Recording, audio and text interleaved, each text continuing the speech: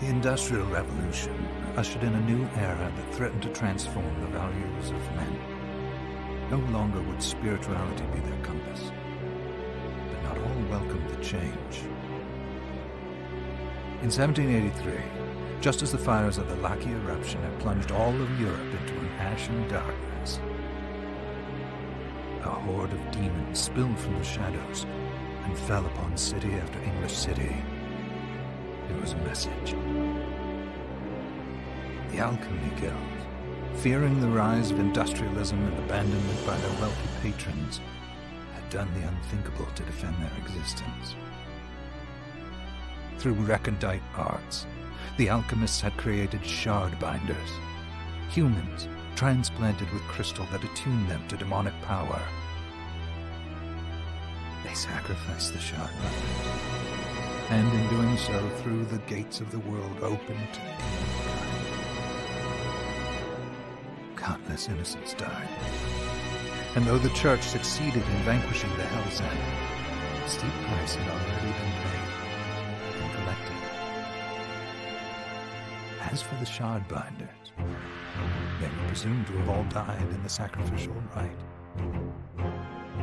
However, two survived.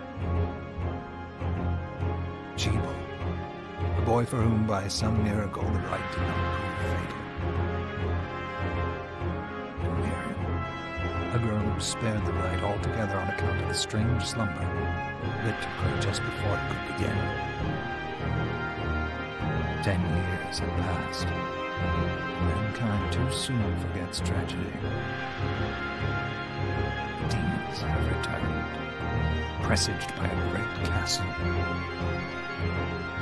And on this very hour, Miriam awakens. Upon learning Jebel is the architect of this new, bloodstained ritual, Miriam and the alchemist Johannes set forth for the accursed castle. Their galleon cuts through the water, lancing towards the inevitable.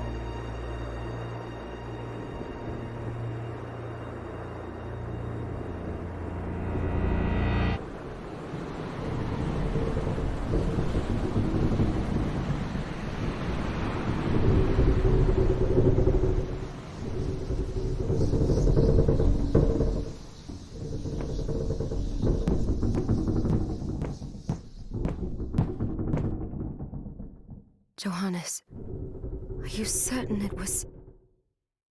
It was Jebel's doing, Miriam. No mistake. It's so hard to believe. I wouldn't even be alive if not for him. He's a good soul.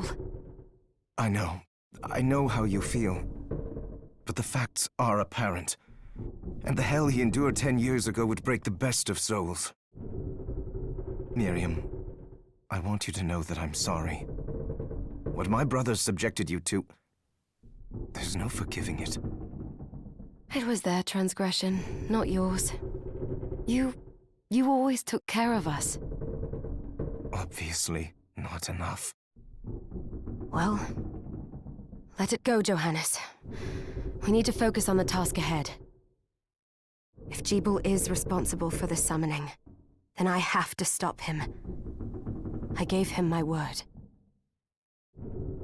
I ought to do it. He was my best friend. But I'm the only one who can.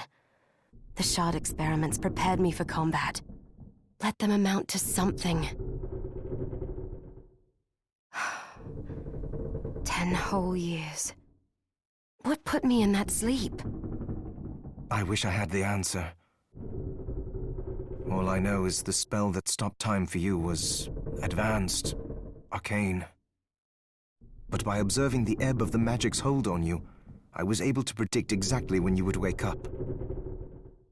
Oh, I see. We'll make landfall soon. You should get ready. I had the chest there packed with essential equipment.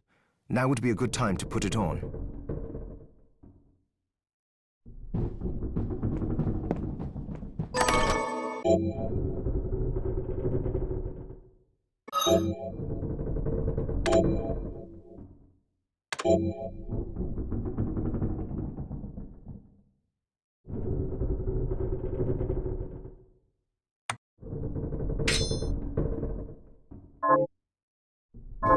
Good.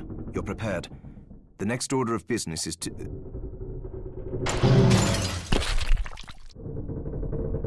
I'll take care of it.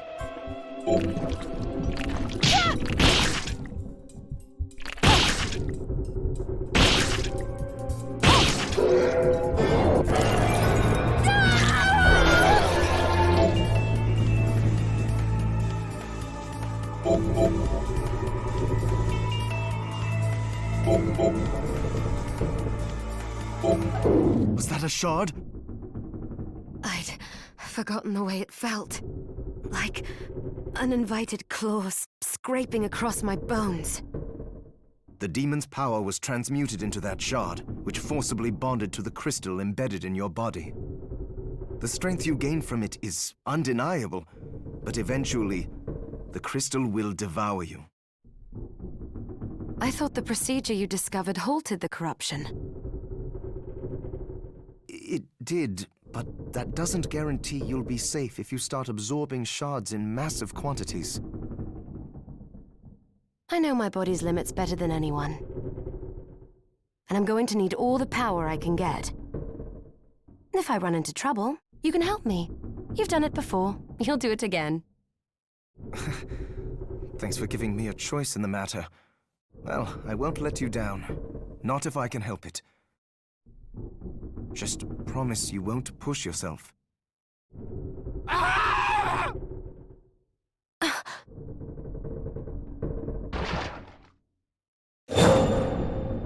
did they get inside? The demons from the castle must have infested the ship. Then they can help me wake up these muscles of mine. I'll wipe the deck with them.